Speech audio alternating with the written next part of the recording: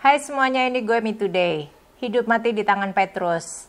Gue rasa di semua kota yang ada di Indonesia itu pasti ada preman. Sebutkan kota mana yang nggak ada premannya. Kalaupun nggak ada preman ya pasti dalam bentuk lain yang seperti preman. Sebut aja seperti begal, tukang palak, apalagi ya koruptor. Preman, kenapa dibilang preman? Karena orang Belanda sendiri yang membuat julukan ini pada mulanya. Itu di awal-awal pemerintah kolonial ya, pada saat Belanda menguasai Indonesia. Preman ini diambil dari kata free man. Free artinya bebas. Man, orang bebas, orang merdeka. Konteksnya dalam arti pekerja lepas. Apa itu pekerja lepas? Coba itu yang manyun. Siapa itu? Jawab dulu. Ya, freelance. Di Indonesia ini preman seperti anggota geng yang lebih terorganisir. Mulai dari preman jalanan sampai penjahat, mereka terorganisir. Preman lebih digambarkan sebagai pertemuan kekuasaan negara dan kriminalitas. Biasanya mereka ini kerjanya suka meras, suka nagih alias debt collector, dan lebih kayak bodyguard kayak yang di night club atau juga tukang parkir. Pada masa era pemerintahan kolonial di sini preman itu tidak terikat. Kerjanya sifatnya seperti freelance, tidak terikat pada perusahaan tertentu. Jadi kalau misalnya ada teman kalian tuh yang ngaku-ngaku sebagai freelance, bisa jadi dia preman. Asal-usul kata preman ini pertama kali muncul di Medan. Tahu kan ada di mana? Sumatera Utara. Gue udah pernah bahas beberapa kali tentang perkebunan yang ada di Medan. Mulai dari struktur organisasi sampai keluh kesah para kuli yang bekerja di sana. Yang kalian bisa tonton, videonya ada di sini. Kalian bisa tonton setelah video gue ini berakhir. Jadi memang udah dari zaman kolonial, zaman-zamannya banyaknya perkebunan di Medan. Bukan cuma penguasa Belanda yang ada di sana ya, dari berbagai negara Eropa. Mereka pada bercokol di Medan. Nah itu banyak mendatangkan para kuli, para pekerja buruh yang didatangkan dari Cina dan juga Pulau Jawa. Mereka, para pekerja kuli ini biasanya disebut dengan kuli kontrak, alias orang kontrak. Begitu datang, mereka akan disodori kertas kontrak, suruh tanda tangan, tapi karena kebanyakan dari mereka belum bisa baca tulis, yang ada cuma bisa tulis X, jadi tulis X di situ di kertas itu, kemudian mereka harus patuh terhadap peraturan yang berlaku di perkebunan tersebut, patuh terhadap owner-naming, dan juga tetap bekerja di perkebunan tersebut. Senantiasa tidak boleh keluar sampai kontrak tersebut berakhir. Beda dengan kuli gratisan. Mereka karena tidak tanda tangan kontrak, ya kerja suka-suka, masuk suka-suka, dan bisa pindah perusahaan suka-suka. Mereka ini yang disebut dengan freeman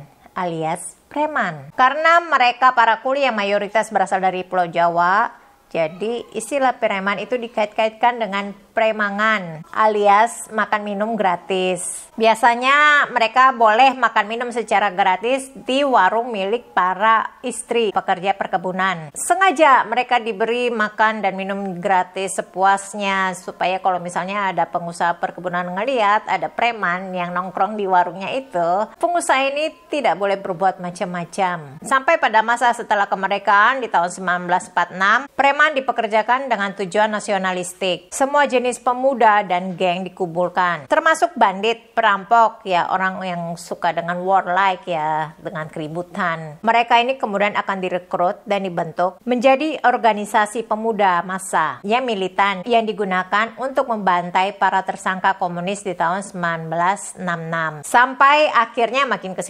kesini itu preman diartikan sebagai orang yang melanggar ketentuan hukum. Ditandai dengan Orde Baru di tahun 1970-an, di mana perekonomian makin sulit dan tingkat pengangguran makin tinggi. Sehingga banyak kelompok masyarakat yang memeras kelompok masyarakat lain, dan tidak sedikit ada tindak kekerasan. Pelabuhan, terminal, stasiun, dan juga pasar menjadi sarang para preman ini. Untuk menekan angka kriminalitas, gosip-gosipnya sih dipakai Petrus, tapi bukan gosip lagi, emang benar. Tahun 1983 mulai resmi dilancarkan Operasi Petrus. Banyak orang yang ketakutan pada saat itu, bahkan sampai orang yang badannya ditato itu merasa takut karena dicurigai sebagai preman. Sampai-sampai unit bedah plastik di Rumah Sakit Hasan Sadikin di Bandung itu kebanjiran pasien yang ingin menghapus tato di badannya. Tepatnya pada tahun 1982 di Yogyakarta, operasi pemberantasan preman ini dimulai, yang kemudian menyebar ke seluruh yaitu Antero Indonesia. Dalam rentang 1982 sampai 1985 itu setidaknya ada ribuan orang yang disangka sebagai preman tewas di tangan aparat. Bahkan aparat yang melakukan operasi ini mengaku kalau tujuan dari Petrus ini adalah sebagai syok terapi. Lantaran banyaknya warga Yogyakarta yang merasa resah, diganggu preman dan gali. Gali adalah gabungan anak liar. Ini adalah artikel yang gue baca dulu sewaktu gue kecil di majalah Tempo, yang artikel ini sempat heboh juga pada saat itu. Untungnya masih ada tersimpan sebagai arsip. Jadi ada seorang pria yang bernama Trimurjo alias Kentus, yang walaupun peristiwa ini sudah lewat puluhan tahun, ia masih ingat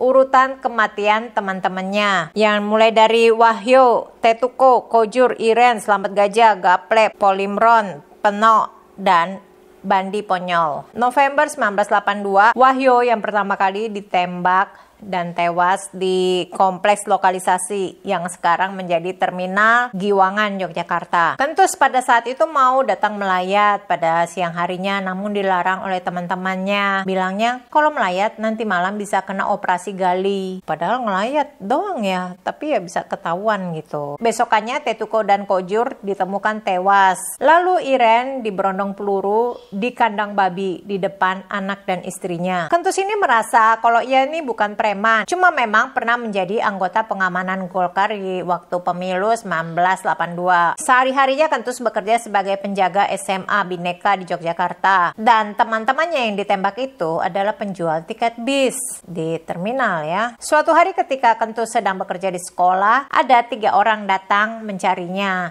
Kepala sekolah mengatakan kalau Kentus sedang tidak ada di tempat. Dan ketika Kentus mengetahui hal ini, buru-buru ia menghampiri kedua temannya yang lain yang bernama Monyol dan Mantri, yang ternyata mereka juga mengaku sedang diburu aparat. Kemudian mereka bertiga tidak berani langsung pulang ke rumah. Mereka segera ke Jakarta menuju LBH. Ada aktivis yang bernama Yap Tiam Hien, Adnan Buyung Nasution, Abdurrahman Saleh, dan Madir Ismail. Entah gimana pimpinan operasi pemberantasan preman, yaitu Letkol M. Hasbi, menelpon Adnan Buyung. Kok bisa tahu dia? Dan meminta supaya ketiga orang ini dipulangkan ke Jogja. Buyung menolak bila Hasbi tidak mengeluarkan surat jaminan hidup. Setelah surat keluar, maka Madir pun mengantar Kentus dan kedua orang temannya ini pulang ke Jogja. Sampai di stasiun Jogja itu ternyata sudah ada 4 tentara dengan laras panjang yang menunggu mereka bersama dengan satu orang aktivis LBH Yogyakarta yang bernama Artijo Alkostar. Mereka, Kentus dan kedua temannya ini mau dibawa pergi oleh tentara tersebut, tapi segera oleh Madir dan juga Artijo menahan agar mereka tidak dibawa pergi dengan mengatakan kepada para petugas tersebut, kalau bapak-bapak mau tembak mereka, tembak dulu saya. Akhirnya para tentara pun mundur. Lalu Kentus dan kawan-kawan ini dibawa ke rumah Marni Basyarudin, aktivis LBH Yogyakarta. Berdiam di sana selama 3 hari. Itu teror terus menerus sampai dibilang kalau rumahnya itu mau dilempar granat segala. Selanjutnya mereka ini menghuni sel.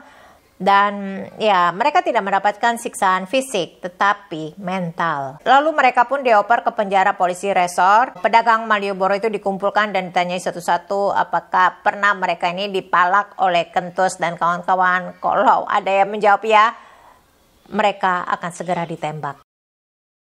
Akhirnya mereka pun dilepaskan 5 hari kemudian. Jangan lupa like dan subscribe. Stay safe and stay healthy.